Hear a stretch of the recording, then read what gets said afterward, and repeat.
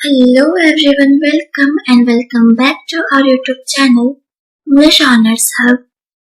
आज हम करेंगे रंगमंच का इकाई नंबर 2 पार्ट 2 प्रस्तुति प्रक्रिया के विभिन्न घटक।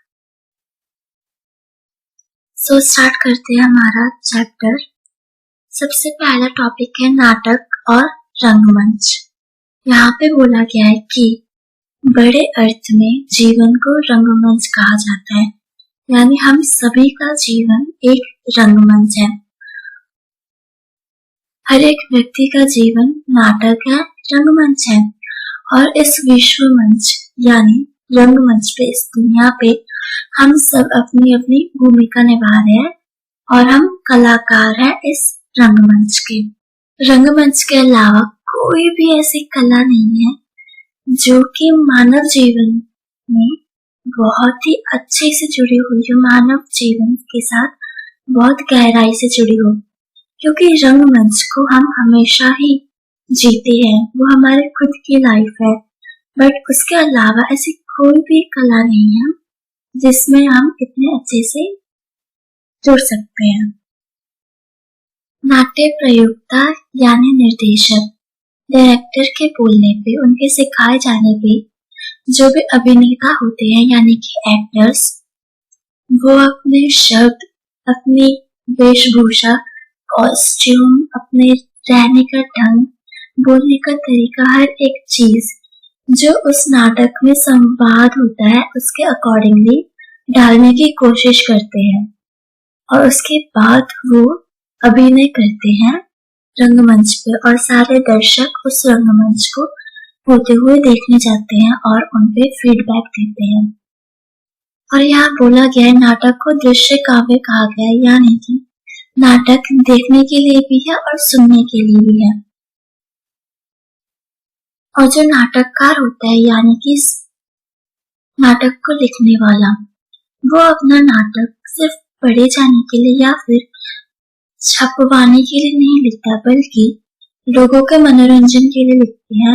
जितने लोग उसे देखने आएंगे उनका उतना ज्यादा ही मनोरंजन होगा। नाटककार जो स्क्रिप्ट लिखता है वो अभिनेता और दर्शक दोनों को ही अपने ध्यान में रख के लिखता है, ताकि अभिनेता उस नाटक को अच्छे से पेश कर सके और जनता खुश हो या फिर उनका मनोरंजन हो सके। नाटक कला एक प्रस्तुति कला है जिसमें बहुत सारी चीजें दिखाई जाती हैं, जैसे गीत, संगीत, नृत्य, चित्रकला, स्थापत्य कला और योग। इन सभी को नाट्य कला में दिखाया जाता है। और फिर जो स्क्रिप्ट नाटककार लिखता है उसमें जान डालने की जिम्मेदारी किसकी होती है? अभिनेताओं की। वो उस स्क्रिप्ट को पढ़ते हैं अच्छे से और उसे जीने की कोशिश करते हैं, ताकि लोगों को ऐसा ना लगे कि नाटक बस करने के लिए कर रहा है बट उस नाटक को खुद नहीं जी रहा है। नाटककार एक कलाकार जरूर है, लेकिन बाकी कलाओं की तरह इस कला के लिए अभिनेता खुद जिम्मेदार नहीं होता, क्योंकि नाटक में जो भी स्क्रिप्ट लिखा होता है वो तो नाटककार का होता है ना। तो यहाँ तक अभिनेता और नाटककार का संबंध होता है। इसके बाद से जो भी रिस्पॉन्सिबिलिटी होती है वो अभिनेता की होती है कि उस नाटक को अच्छे से अपने दिल, दिमाग, शरीर से व्यक्त करे, ताकि वो ऐसा लगे कि वो उस नाटक को खुद जी रहा है। और ये करने की दिशा निर्देश उसे निर्देशक देते हैं, यानी कि डायरेक्टर। वो उसे बताते हैं क्या करना है और कैसे करना है। निर्देशक के अकॉर्डिंगली वो खुद को ढालने की कोशिश करते हैं। बेसिकली देखा जाए तो रंगमंच एक प्रयोगशाला है जहाँ पे अभिनेता आकर व्यक्तित्व ग्रहण करता है। नाटककार के लिखे हुए आलेख यानी कि स्क्रिप्ट को पढ़ने, उसे समझने के बाद वो उसे अनुभव भी करता है और हर एक जीवन को जीने की क्षमता रखता है। और क्योंकि वो उस स्क्रिप्ट के जरिए काफी सारे नाटक को करता है, बहुत लोगों के जीवन को खुद जीता है, तो उसे जीवन के बारे में बहुत सारे एक्सपीरियंस भी होते हैं, है ना। और इस तरीके से वो जीवन के व्यवहार को किस तरह से अभिव्यक्त करे उसकी क्षमता रखता है। और इन सब चीजों के लिए अभिनेता को नाटककार का शुक्रगुजार होना चाहिए और उनकी व्याख्या भी करनी चाहिए अपने नाटक में। नाट्य कला अभिनेता की कला है जिसमें अभिनेता और जो शब्द होते हैं स्क्रिप्ट वो बिल्कुल ही अलग नहीं हो पाते, एक ही हो जाते हैं, क्योंकि अभिनेता खुद को उस नाटक उस स्क्रिप्ट में डालने की इतनी कोशिश करता है कि वो खुद ही उस जीवन को जीने लग जाता है नाटक करते हुए, जिस चीज की वो व्याख्या कर रहा है अपने नाटक में। अगला टॉपिक है अभिनेता और दर्शक। क्योंकि अभिनेता जिस भी नाटक का अभिनय करता है उसे देखने के लिए दर्शक तो आएंगे ही। जब दर्शक ही नहीं होंगे तो अभिनेता किसके लिए अभिनय करेगा, है ना। और एक बहुत अच्छा और अनुभवी अभिनेता ये बात जानता है कि दर्शक उसका नाटक देखने आते हैं, वो नाटक को देखते हैं, अभिनेता को भी देखते हैं और उसी की बेस पे दर्शक फीडबैक देते हैं, है ना, कि उनको नाटक कैसा लगा। ये सब किस पर डिपेंड करता है, अभिनेता के अभिनय पे।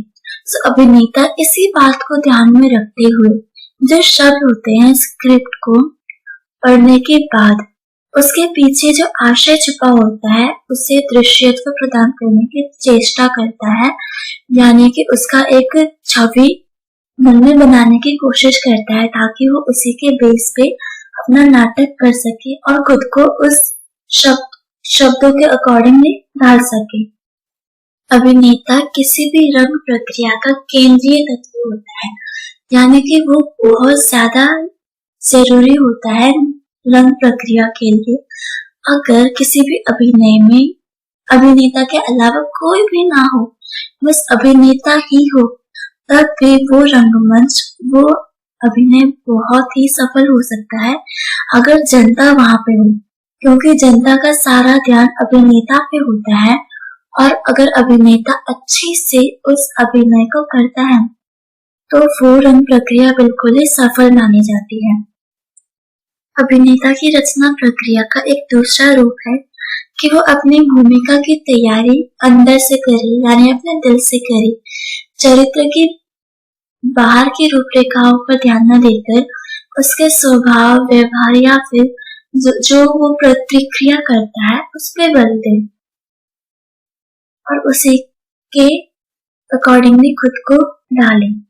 अभिनेता अपने अभिनय के द्वारा दर्शकों के लिए एक दूसरी दुनिया बनाता है जहाँ पे वो एक दूसरे ही लोक में दर्शकों को लेके जाता है अपने अभिनय के दौरान, क्योंकि जब वो अभिनय कर रहा होता है तब दर्शक भी उससे जुड़ने की कोशिश करते हैं। दर्शक भी सोचने लगते हैं कि अगर हम उस टाइम पे होते तो हम कैसे होते, क्या करते। तो वो खुद के लिए अभिनेता के द्वारा एक दूसरी दुनिया बना लेते हैं। और अभिनय की प्रक्रिया में वेश, आच्छादन और प्रभावकरण बहुत ज्यादा महत्वपूर्ण भूमिका निभाते हैं, क्योंकि अभिनय को उस नाटक के अकॉर्डिंगली खुद की वेशभूषा बदलनी पड़ती है। अब आप मान लीजिए अगर महाभारत चल रहा है और किसी को उसमें कृष्ण जी बनना है, तो कोई शर्ट पैंट में तो कृष्ण जी नहीं बन सकता है ना, उसे खुद को ऐसी वेशभूषा प्रदान करनी होती है जिसे देखते ही दर्शकों को ऐसा लगे कि ये बिल्कुल श्री कृष्ण जैसा है, उन्हें देखते ही लोगों के मन में श्री कृष्ण जी की छवि आ जाए। और फिर अभिनेता अपनी भूमिका में अपने खुद के व्यक्तित्व को पूरी तरह से खो देता है, क्योंकि वो अभिनय की प्रक्रिया में धीरे धीरे खुद को दूसरा व्यक्तित्व प्रदान करता है जो कि उस अभिनय में किसी नाटक के पात्र का होता है जिसे कि वो खुद ग्रहण कर रहा है। उसी के बेस पे वो खुद को डालता है, उसके व्यक्तित्व को अपने ऊपर चादर की तरह ओढ़ लेता है और इस पूरे प्रक्रिया में भी उसे बहुत ही खुशी मिलती है, क्योंकि दर्शकों को उसे देखकर अच्छा लग रहा है। और नाट्य प्रक्रिया में सिर्फ एक अभिनेता नहीं होता, बल्कि बहुत सारे लोग हो सकते हैं। हो सकता है कभी कभी मंच पे वो अकेला हो, क्योंकि कभी कभी सिर्फ एक एक्टर की शूटिंग चलती है, अकेले का सीन होता है ना, तो वो अकेला भी हो सकता है। लेकिन एक अभिनय में अभिनेता सिर्फ एक अकेला नहीं है, बल्कि वो पूरे नाटक का एक छोटा सा अंश मात्र है, क्योंकि एक पूरे नाटक को प्रस्तुत करने के लिए बहुत सारे अभिनेताओं की जरूरत पड़ती है। रंग प्रस्तुतिकरण से पहले अभिनय को बहुत ज्यादा प्रैक्टिस करने की जरूरत पड़ती है, क्योंकि वो सीधे स्क्रिप्ट पढ़ के तो स्टेज पे जा नहीं सकता अपना अभिनय करने, है ना। उसको बहुत ज्यादा प्रैक्टिस की जरूरत होती है, ताकि जब एक्चुअल में प्रदर्शित करे तो उससे कोई भी गलती ना हो। तो बार बार प्रैक्टिस करने के बाद तभी वो बहुत ज्यादा अच्छे से कुशल बन पाता है कि वो उस नाटक को अच्छे से कर सके, और इस तरह से अपना स्क्रिप्ट पढ़े, इस तरह से अपने डायलॉग्स पढ़े कि जो दर्शक हैं वो उसे सुन के याद रख सके कई सालों तक। क्योंकि बहुत सारे डायलॉग्स ऐसे होते हैं जो बहुत पुराने मूवीज में दिखाई जाती है, कुछ टीवी शोज में दिखाई जाती है, पर अभी तक वो बहुत ज्यादा फेमस है, क्योंकि उनके एक्टर्स ने उसे बोला ही इस तरह से है कि उसे सालों तक याद रखा जाए। तो अभिनेता को इस बात का ध्यान रखना है कि वो किस तरह से अपने डायलॉग्स को पढ़े और अपनी भूमिका अच्छे से पेश करे। अच्छा अभिनेता एक अच्छा मनुष्य तो होगा ही, बिल्कुल होगा, लेकिन साथ ही उसका संवेदनशील होना, श्रेष्ठ होने के साथ साथ सहयोगी, सदाचारी, सहिष्णु और अनुशासित होना भी बहुत ज्यादा आवश्यक है, क्योंकि शारीरिक और मानसिक रूप से स्वस्थ कलाकार ही समय पर महत्व पहचान पाएगा और परिश्रमी भी बनेगा। और डिसिप्लिन यानी अनुशासन भी बहुत ज्यादा मुख्य है, क्योंकि निर्देशक के अनुशासन का पूर्ण रूप से पालन करना ही अभिनेता का दायित्व है। अब हमारा नेक्स्ट टॉपिक है निर्देशक। रंगमंच पर निर्देशक की आवश्यकता हमेशा से नहीं थी।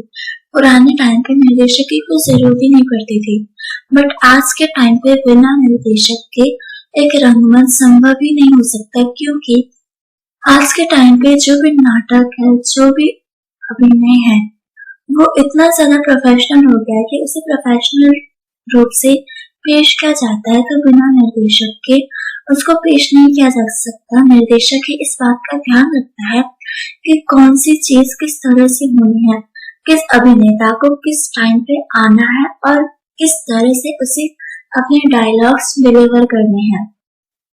हर एक छोटी से छोटी चीज का ध्यान निर्देशक ही रखता है। इसलिए अब बिना निर्देशक के कोई भी रंग प्रस्तुतिकरण संभव ही नहीं होती। श्री नेमी चंद्र जैन के अनुसार निर्देशक वो केंद्रीय सूत्र है जो कि नाटक के प्रदर्शन के विभिन्न तत्वों को पिरो के रखता है। वही डिसाइड करता है कि नाटक को किस तरह से पेश करना चाहिए और कहाँ पे पेश करना चाहिए।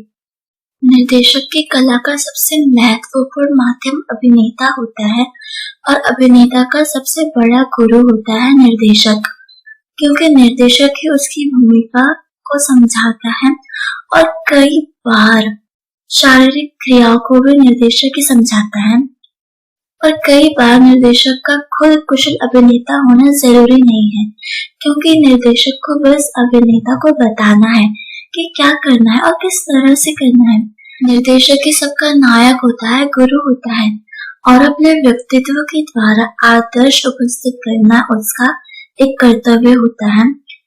वह जिसे चाहता है जितना न चाहता है, और उसके नियंत्रण और अनुशासन पे ही सारा रंग प्रस्तुतिकरण होता है। निर्देशक ही फाइनल करता है स्क्रिप्ट को। वो सबसे पहले स्क्रिप्ट खुद पढ़ता है और उसके बाद ही फाइनल करता है कि ये स्क्रिप्ट उस नाटक में यूज होना है या नहीं। उसके बाद उसने स्क्रिप्ट फाइनल कर लिया, नाटक फाइनल कर लिया, फिर वो एक्टर्स शुरू कर देता है कि कौन कौन इस नाटक का हिस्सा बनेगा। फिर वो ये डिसाइड करता है कि ये नाटक किस जगह पे पेश करनी चाहिए और किस तरह से पेश करना चाहिए। इस तरह से निर्देशक की भूमिका किसी भी नाटक में बहुत ज्यादा महत्वपूर्ण होती है। नेक्स्ट टॉपिक है हमारा प्रस्तुति योजना। प्रस्तुति योजना का नेतृत्व भी निर्देशक के ही हाथ में होता है। प्रस्तुति का पूरा दायित्व निर्देशक का होता है। वही डिसाइड करता है कि नाटक को किस तरह से प्रस्तुत करना है और कब प्रस्तुत करना है, और अपनी टीम के हर एक कार्यकर्ता से निर्देशक का सीधा संबंध होना चाहिए। और अगर कभी कभी वाद विवाद की स्थिति बन जाती है या असहमति की स्थिति बन जाती है तो वहां पे निर्देशक का निर्णय ही अंतिम माना जाएगा। और निर्देशक को भी अपने कलाकारों के साथ तालमेल बना के रखना चाहिए, उनके साथ बहुत अच्छे से व्यवहार होना चाहिए, तभी दोनों आपस में तालमेल बना के रख सकते हैं और एक नाटक को सफलतापूर्वक प्रस्तुत कर सकते हैं। सो हमारा ये चैप्टर खत्म होता है यहीं पे। अगर आपको वीडियो अच्छी लगी हो तो लाइक, कमेंट, शेयर और सब्सक्राइब करना बिल्कुल भी ना भूलें। And thanks for watching. Bye. खत्म। Bye bye, tata, good bye.